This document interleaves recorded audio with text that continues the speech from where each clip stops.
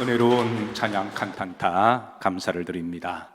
사랑하는 성도 여러분, 오늘 이곳에 앉아 계시는 그 자리가, 그 믿음이 여러분들에게 존귀하고 축복이고 힘이고 능력인 줄로 믿으시기를 주의 이름으로 축복합니다. 세상에 어디 가서 이렇게 거룩한 찬양을 들을 수가 있겠어요? 노래는 많습니다만은 거룩하게 하는 노래는 하나님을 찬양하는 노래밖에 없습니다.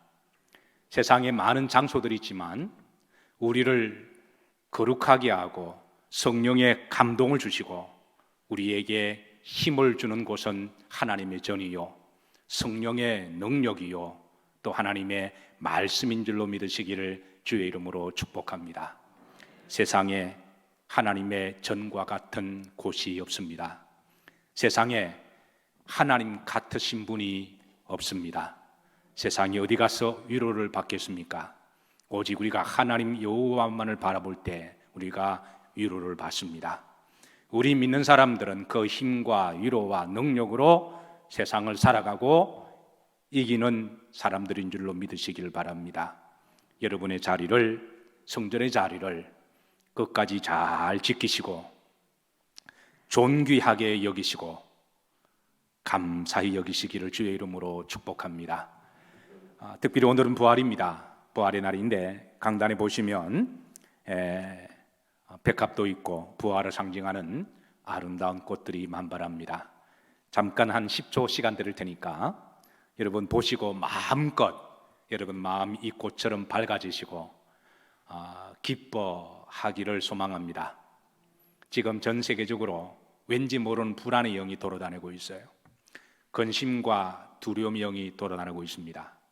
아무리 그래도 여러분 오늘만큼은 주의 성전에서 여러분의 마음이 부활의 영으로 기쁨과 감사와 은혜가 충만하시기를 주의 이름으로 축복합니다.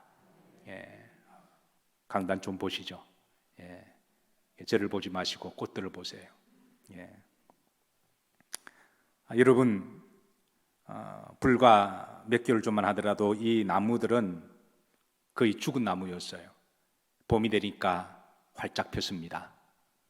마치 이 꽃들이 부활이다 그런 것 같지 않으신가요?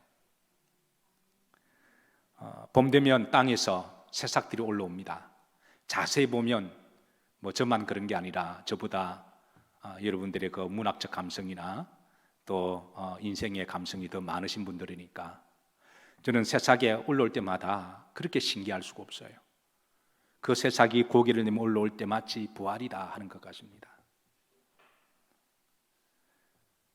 병아리가 알에서 톡톡톡 깨고 나올 때 마치 병아리가 부활이다 하는 것 같습니다. 애벌레가 그 주집에서 밖으로 나와서 창공을 안에서 날아갈 때 나비가 되어서 마치 부활이다 하는 것 같습니다. 꽃들도 부활하는데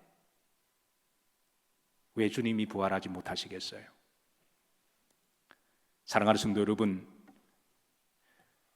주님의 부활은 워낙 엄청난 사건이고 영적인 사건이어서 믿음이 없이는 믿을 수가 없고 성령이 아니고서는 우리가 감동받을 수가 없습니다.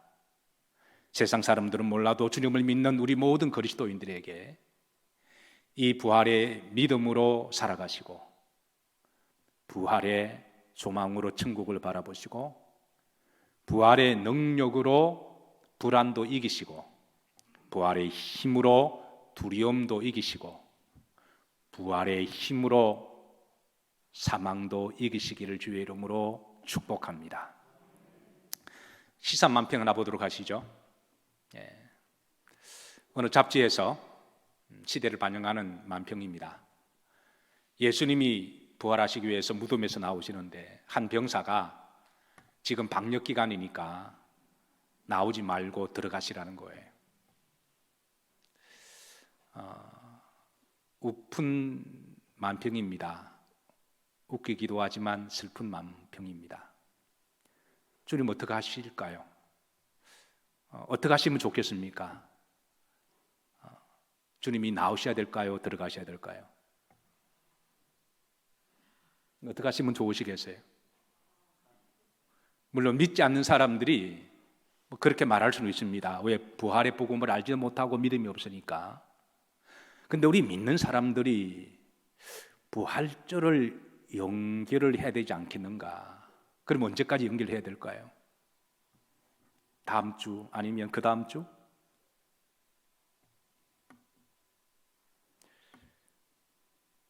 부활은 우리 기독교의 신앙의 본질입니다.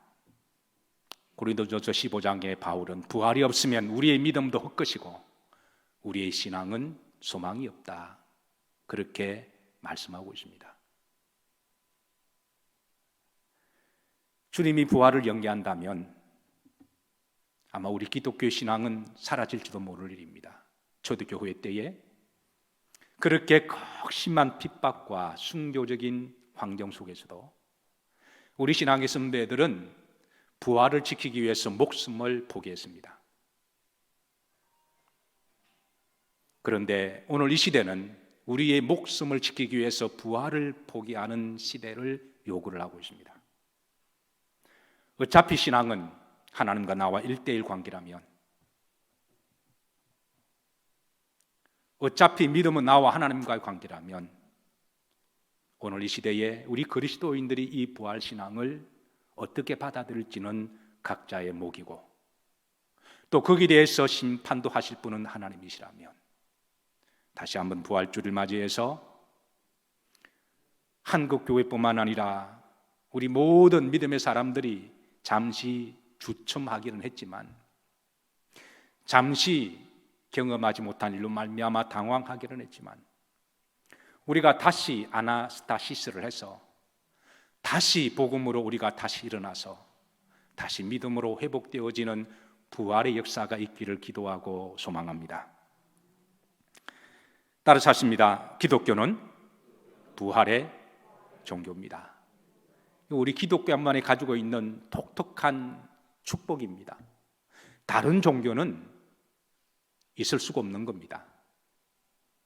결코 이 땅에 많은 종교들이 있지만 기독교를 카피할 수 없는, 모방할 수 없는 여러 복음의 본질들이 있는데요, 그 6가지는 오늘 시간 관계상 제가 일일이 다 못 전하고 주보에 있습니다.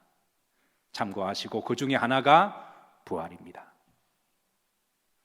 석가모니도 이슬람 종교도 세상의 어떤 종교도 부활을 카피할 수가 없습니다. 부활은 우리 기독교만의 신앙의 본질입니다.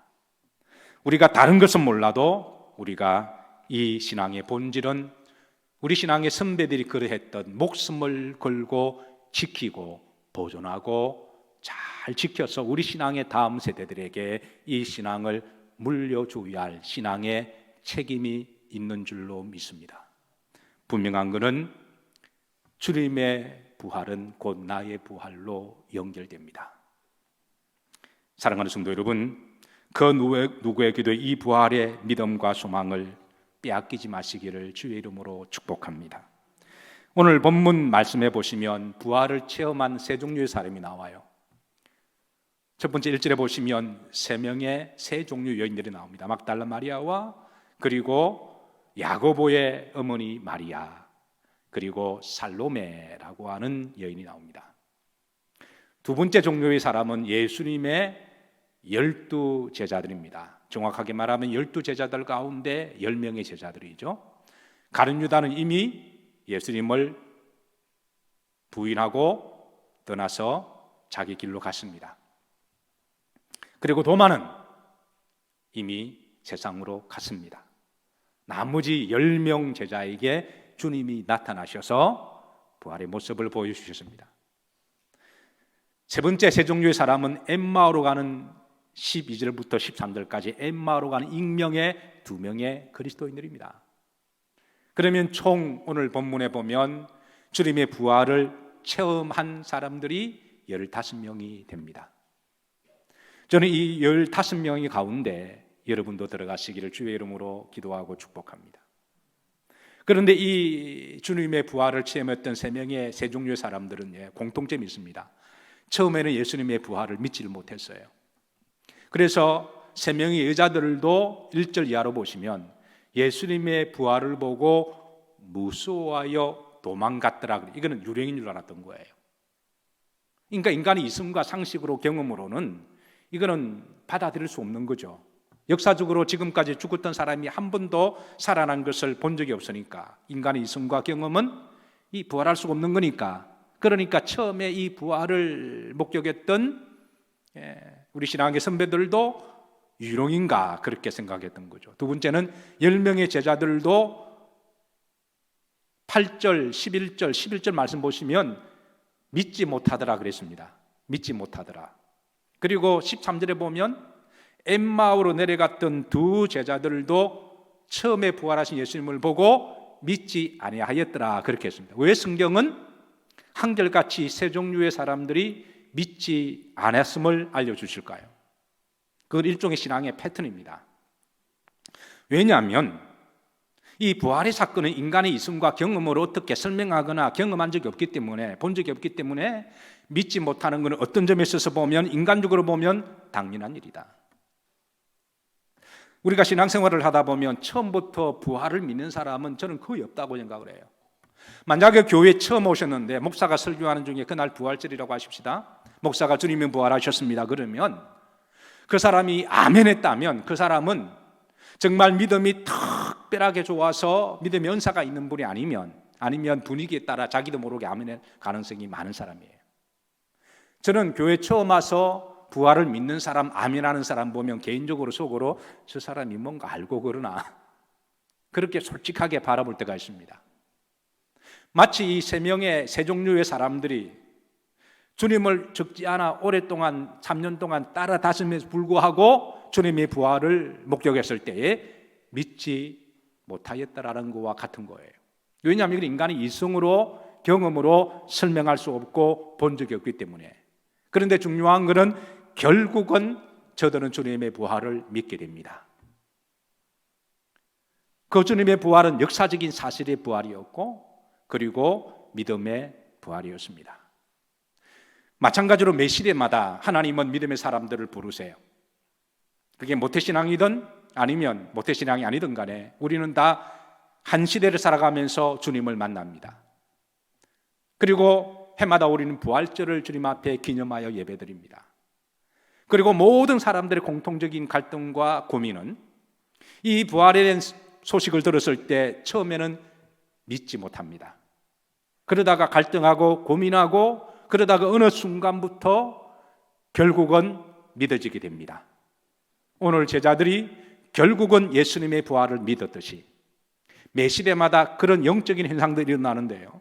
그러면 결국은 어떻게 믿느냐? 첫 번째, 하나님을 전적으로 신뢰하면, 말씀이 전적으로 믿기 시작하면, 예수님을 전적으로 믿으면 부활은 믿어지기 시작합니다.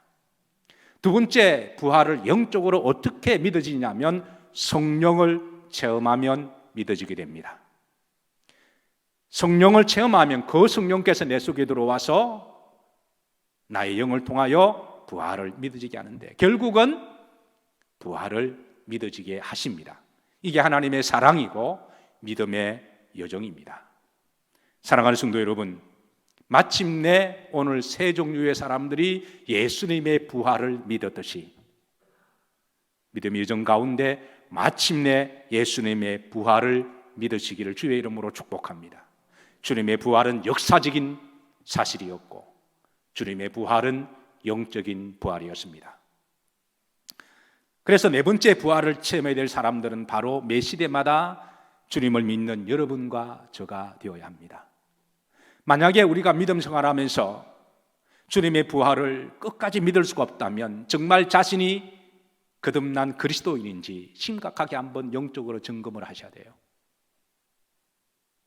사랑하는 성도 여러분, 다시 한번 부활주를 맞이해서 예수님의 부활이 나의 부활이고 또 부활의 믿음으로 살아가시기를 주의 이름으로 축복합니다.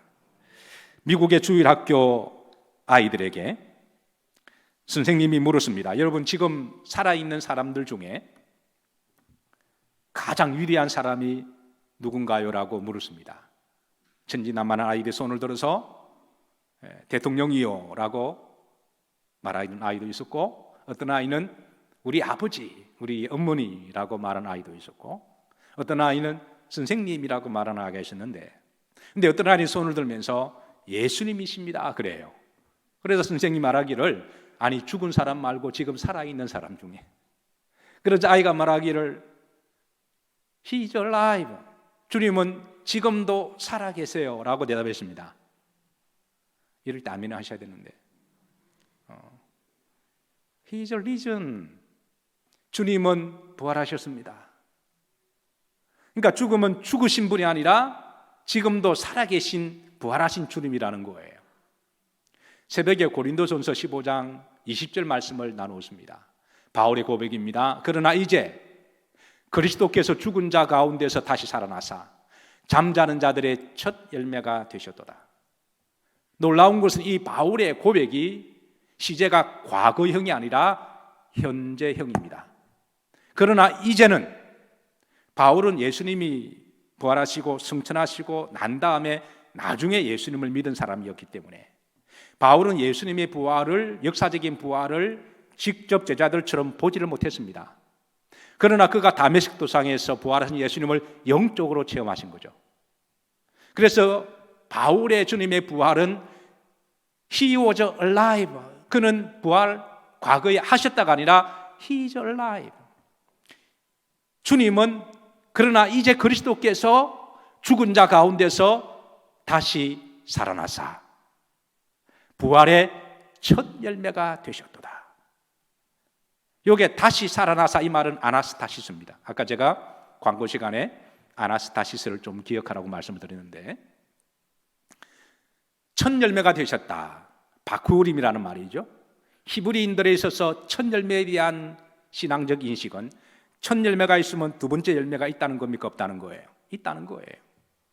그러니까 첫 열매를 강조한 것은 두 번째 열매를 강조하기 위한 것이고, 두 번째 열매가 있다는 것은 세 번째 열매, 이런 생명의 원리에 따라 바울은 고백하길 예수님이 부활의 첫 번째 열매라면, 두 번째 부활은 주 안에서 이미 죽은 자들이고, 세 번째 부활은 지금 살아있는 성도들의 부활이다 라고 그렇게 해서 복음을 변증법적으로 전하고 있습니다. 사랑하는 성도 여러분, 주님은 살아계십니다. 역사적으로도 주님은 부활하셨고, 그리고 영으로 말미암아 믿는 자들의 심령 가운데 주님은 부활의 영으로 살아계십니다. 저는 부활절을 맞이해서 주님께서 도마에게 말씀하신 것처럼 너는 나를 본고로 믿느냐, 너를 나를 수시보고 만져보고 믿느냐. 만약에 주님이 매 시대마다 보여주고 만져주고 믿음을 우리에게 요구하신다면, 해마다 주님은 다시 나타나셔서 해마다 모든 사람들에게 만져보렴, 손가락 넣어보렴, 그렇게 하신다면 그게 진정한 믿음이 아니라고 하는 거예요. 그렇게 역사적으로 보여준 사건은 예수님의 제자들이면 충분하니, 도마에게 주시는 말씀이 보지 않고 믿는 자가 진짜 믿음이고 복된 믿음이다. 그런데 우리는 역사적으로 주님을 내가 손가락을 넣어보지 않아도, 여러분 성령 체험하면 이게 제가 다 말할 것도 없어요. 그래서 어떤 점에 있어서 부활의 믿음이 내가 의심되면 아직까지 성령을 받지 않았다, 그렇게 한번 점검하셔도 괜찮습니다. 놀라운 것은 주의 성령이 내 속에 훅 들어오시면 그게 100% 믿어지는 줄로 믿으시기를 주의 이름으로 축복합니다. 자, 부활을 헬란말로 뭐라 그랬습니까? 아나스타시스라 그랬습니다. 이거는 전인격적으로 사용하는 말인데요, 이거는 우리가 내 삶 속에서 절망하고 낙심하고 포기하고 쓰러졌을 때 다시 일어날 때 아나스타시스라는 말을 씁니다. 그리고 이 말은 여호와께로 멀리 떠났다가 신앙이 죽었을 때 다시 여호와께로 돌아올 때에 아나스타시스라는 말로 쓰기도 해요. 그리고 물론 이 말의 궁극적인 목적은 우리가 죽었을 때에 다시 영적으로 부활하는 것을 포함하고 있습니다. 사랑하는 성도 여러분, 저는 지금은 그 어느 시대보다도 혹이라도 우리 신앙이 조금 낙심되고 시험 들고 불안하고 세상의 영이 함몰되었다면 부활의 영으로 다시 일어나야 할 때라고 저는 그렇게 믿습니다. 혹시 여러 가지 염려 때문에 여호와께 좀 멀리 떠나신 분이 계시면 다시 돌아오셔서 아나스타시스 해야 될 때라고 믿습니다. 혹시 그동안 잠깐 기도나 예배를 놓쳤다면 다시 기도와 예배의 부활이 있어야 될 줄로 믿습니다. 우리가 때로는 인생을 살아가다 보면 예상치 못한 큰 재난을 만나는데요, 우리가 얼마 전에 이 코로나 사건을 통해서 만나고 인류가 경험하지 못했던 경험을 만나고, 그래서 많이들 당황해하시고 불안해하시고 두려워하는 일을, 우리가 그것을 어떤 점에 있어서는 우리가 스스로 이렇게 합리화시키는 면도 없지 않아 있었음을 우리가 솔직하게 돌아보십시다. 사실 우리가 역사를 뒤돌아보면 지금 우리가 당하는 이 바이러스는 역사 속에 한 번도 경험한 것이 아니라 많이 있었습니다. 우리가 어떤 문제를 만났을 때 역사를 통해서 레슨을 배우잖아요. 역사 속에 우리가 답을 찾고 역사 속의 방법을 우리가 찾아갑니다. 처음에 이 문제가 대두가 되었을 때 장로님들을 다 부르고 이 문제를 어떻게 우리가 신앙적으로 통찰을 하고 극복해 나가야 될 것인가. 그러고 나서 제가 그때부터 유심히 본 것이 바로 역사 속에 이 바이러스가 돌았을 때 우리 신앙의 선배들은 어떻게 이것을 대처를 하고, 또 어떻게 이것을 통해서 실패를 하기도 하고, 또 어떻게 이 문제에 대해서 대답을 주었을까. 저 나름대로 역사 속에 우리 신앙의 선배들의 책을 제가 좀 뒤죽뒤죽거렸는데요, 아시다시피 14세기 유럽은 흑사병으로 인해서 인구 3분의 1이 죽었던 거죠. 그런데 이 흑사병은 6, 7년 동안 기승을 부리다가 점차 사라졌습니다.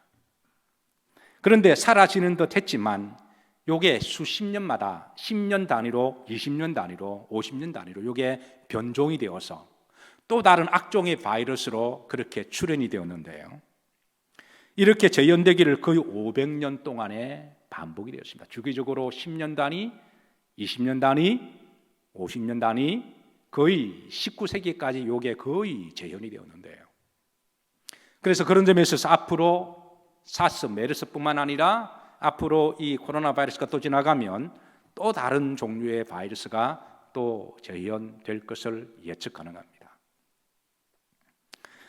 1505년에 흑사병의 바이러스가 다른 종류로 변화되어서 독일에 돌았습니다. 이때 많은 사람들이 불안해하고 두려워했는데, 이때 한 시대에 주의 종에 사역했던 대표적인 사람이 그 위대한 종교개혁자 마틴 루터입니다. 여러분 잘 알다시피 마틴 루터, 그도 이 병에 노출이 되어서 그의 가족이 들어왔고 가족 중에 사랑하는 두 동생을 잃어버리게 됩니다. 그리고 22년 있다가 다시 1527년에 독일의 비텐베르그 작은 도시에 이 흑사병이 또 변종이 되어서 덮쳤는데요, 그는 비텐베르그뿐만 아니라 독일 전역에 돌아서 그 작은 시골 마을, 이 비텐베르그가 독일의 작은 시골 농가 마을입니다. 그까지 이 변종된 바이러스가 들어왔습니다.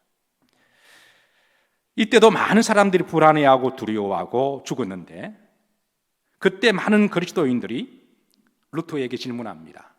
뭐 그리스도인들 뿐이겠습니까? 당시 시대를 살아가는 사람들이 각자 나름대로 해석을 하고 나름대로 분석을 했는데, 어떤 사람은 하나님의 징벌로 보았고, 어떤 사람은 마귀의 역사로도 보는 사람도 있었고, 어떤 사람은 유대인들이 음물에 독을 탔다고 그러면서 유대인들에게 그냥 집중적으로 독박을 씌워서, 그래서 유대인들이 엄청 죽었습니다. 그것 때문에 유대인들이 이 전염병을 퍼뜨린다라고 해서. 그래서 우리가 역사 속에 어떤 재난을 만났을 때에 어느 한 특정 집단에 독박을 씌우는 건 정말 해서는 안 될 일이고, 그런 역사의 치명적인 우리가 실수의 교훈을 우리가 배워야 되는데, 역사를 통해서 안타까운 것은 사람들이 역사를 통해서 잘 배우지 않는 게 역사의 교훈이라고 말하기도 하죠.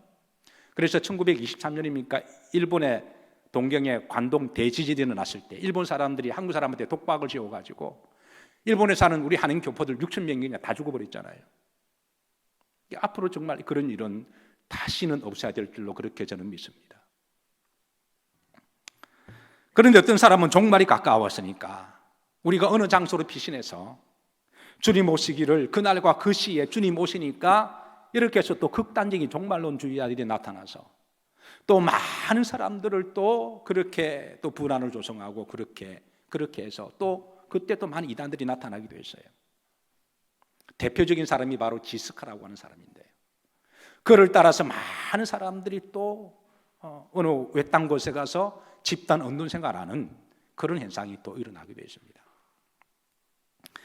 어쨌든 그리스도인들이 마르토에게 찾아가서 종말이 왔고 주님의 재림하시니까 우리가 피신해서 주님 오시기를 준비해야 되지 않겠느냐라고 질문을 하도 많이 받으니까 루터가 고민하다가 기도하다가 신학적으로 성경적으로 다음과 같은 소책자를 통해서 자신의 답을 내놓았습니다. 그 소책자 이름이 치명적 흑사병으로부터 도망칠 수가 있는 것인가 라고 하는 일종의 설교문이고 소책자입니다.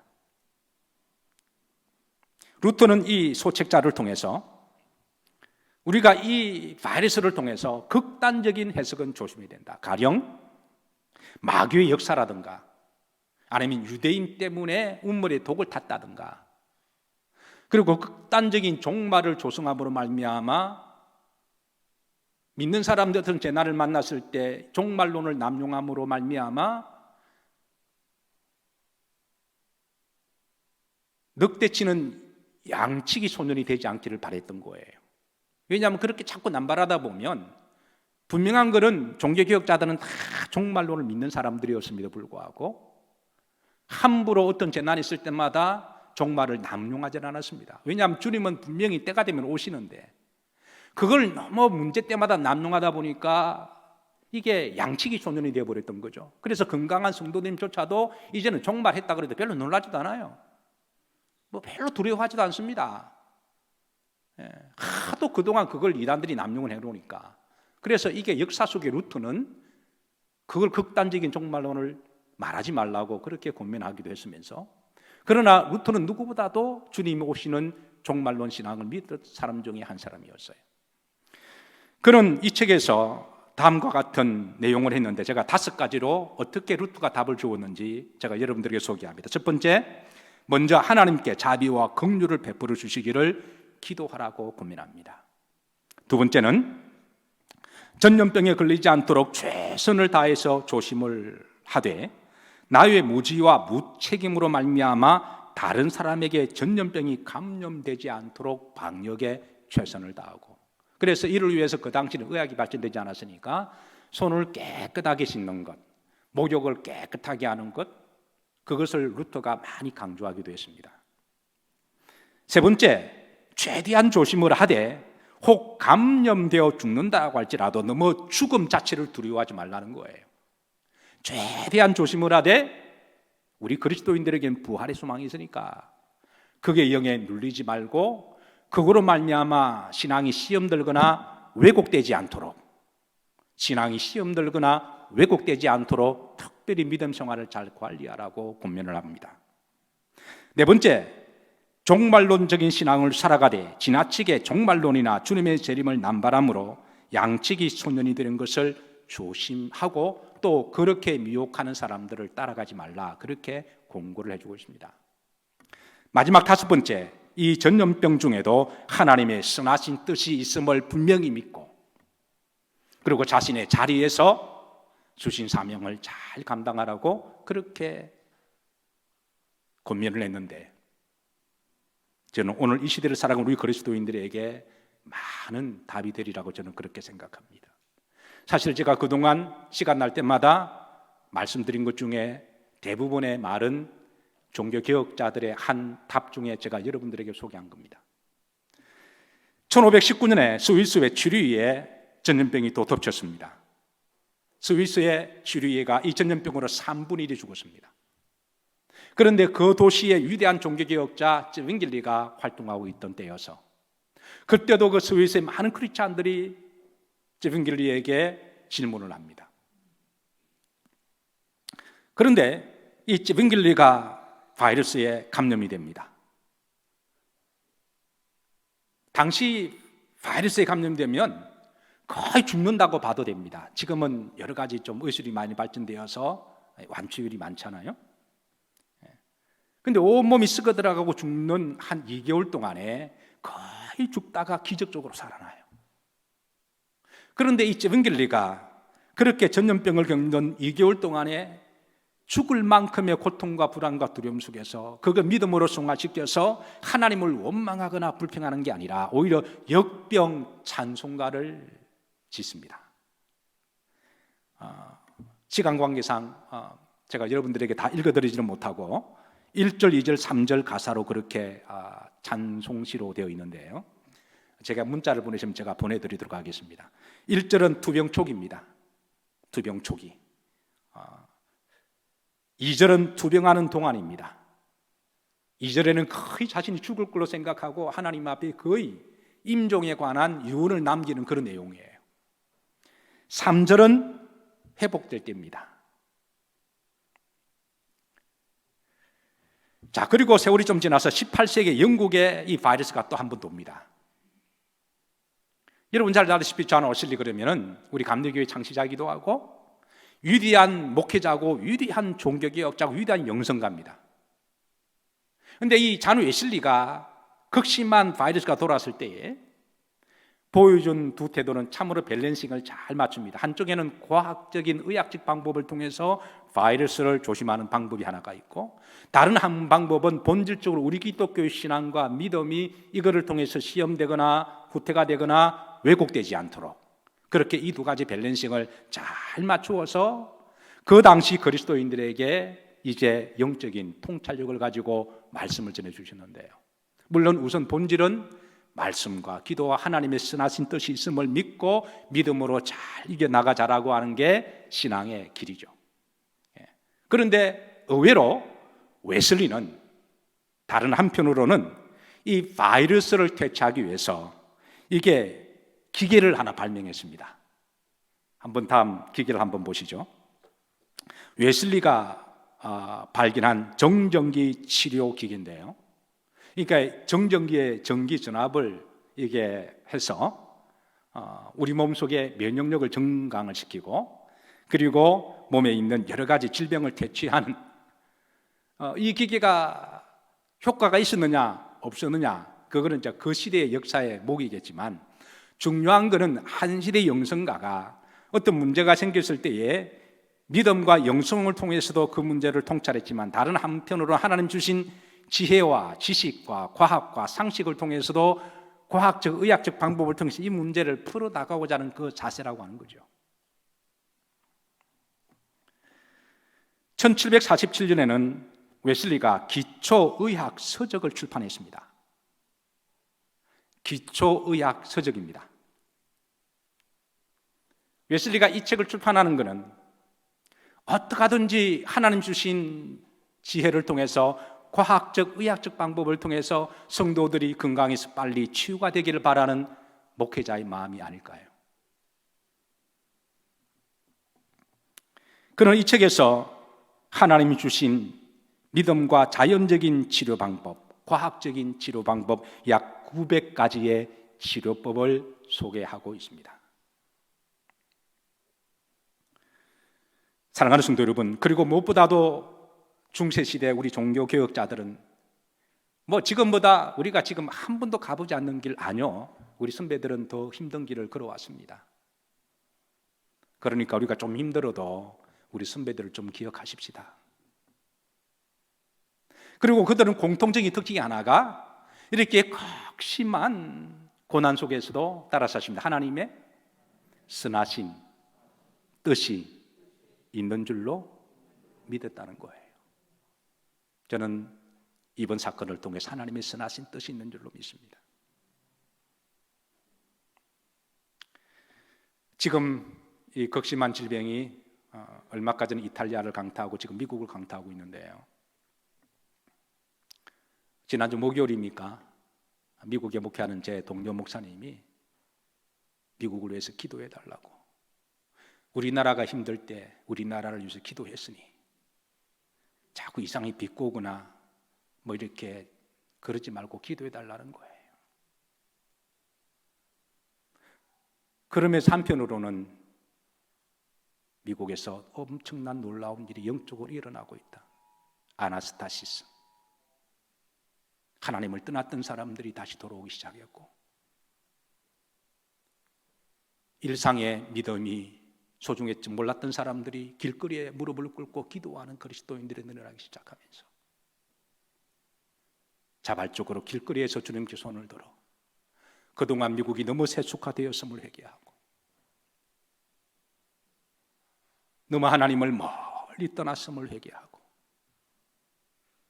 하나님이 다시 이 민족을 긍휼히 여겨주시기를 기도하는 그런 역사가 일어나고 있다고 하면서 제게 동영상 하나를 보내주셨는데, 제가 그 동영상을 보고 개인적으로 기도하고 많이 울었습니다.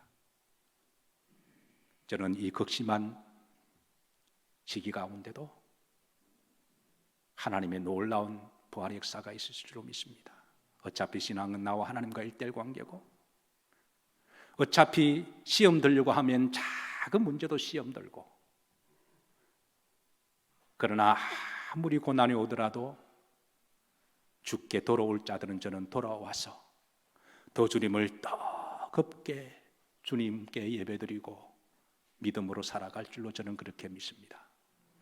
마지막 동영상을 보시고 예배를 마치도록 합니다.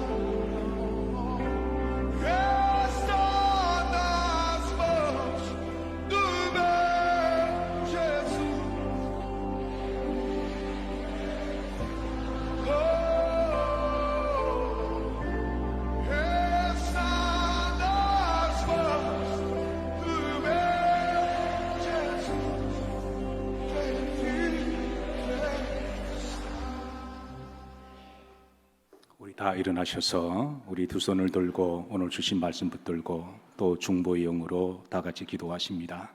하나님 아버지 감사를 드립니다. 부활의 주님을 찬양하고 예배드리며 우리에게 부활의 첫 열매가 되심을 감사드립니다. 나를 위한 부활이며 주님의 부활을 믿는 이들의 예배를 받아주심을 감사를 드립니다. 오 하나님, 다시 일어나게 하옵소서. 혹시 우리들의 믿음이 너무 땅에 있으면 다시 일어나게 하옵시고, 너무 세속적이었다면, 하나님을 멀리 떠났다면, 죄 가운데 빠져 있었다면 다시 여호와께로 돌아오게 하옵소서. 시대의 영적인 파수꾼으로 세워주셨으니 다시 우리가 정신을 차리고 주의 전에 모여서 기도로 부활하게 하옵시고, 예배로 부활하게 하옵시고, 거룩성으로 부활하게 하옵시고, 사랑으로 부활하게 하옵시고, 전도로 부활하게 하옵시고, 신실함으로 부활하게 하옵소서. 부활의 영이 주님의 몸된 교회에 충만히 임하게 하여 주시고, 그 부활의 믿음으로 살아가게 하옵시고, 부활의 소망으로 천국을 바라보게 하옵시고, 부활의 능력으로 승리하게 하옵소서. 우리에게 부활의 소망을 주시는 예수님 이름 받들어 기도하옵나이다. 아멘. 거룩한 백성들이 주님 앞에 서서 손을 들어 예배드리고 기도합니다. 남아있는 백성들이 시대에 그 고난을 무릎을 꿇고 길거리에서 손을 들어 기도합니다. 골방에서 기도하고 주님 앞에 기도하는 그 기도의 손을 들어주시고 하나님의 선하신 역사가 일어날 줄로 믿습니다. 다시 여호와께로 돌아오게 하옵소서. 이제는 우리 주 예수 그리스도 내와 성부 하나님의 크신 사랑과 성령님의 감동과 교통하심이 부활의 믿음으로 세상에 파송되어지는 사랑하는 성도님들 머리 위에 지금부터 영원토록 함께 하시기를 축원하옵나이다. 아멘.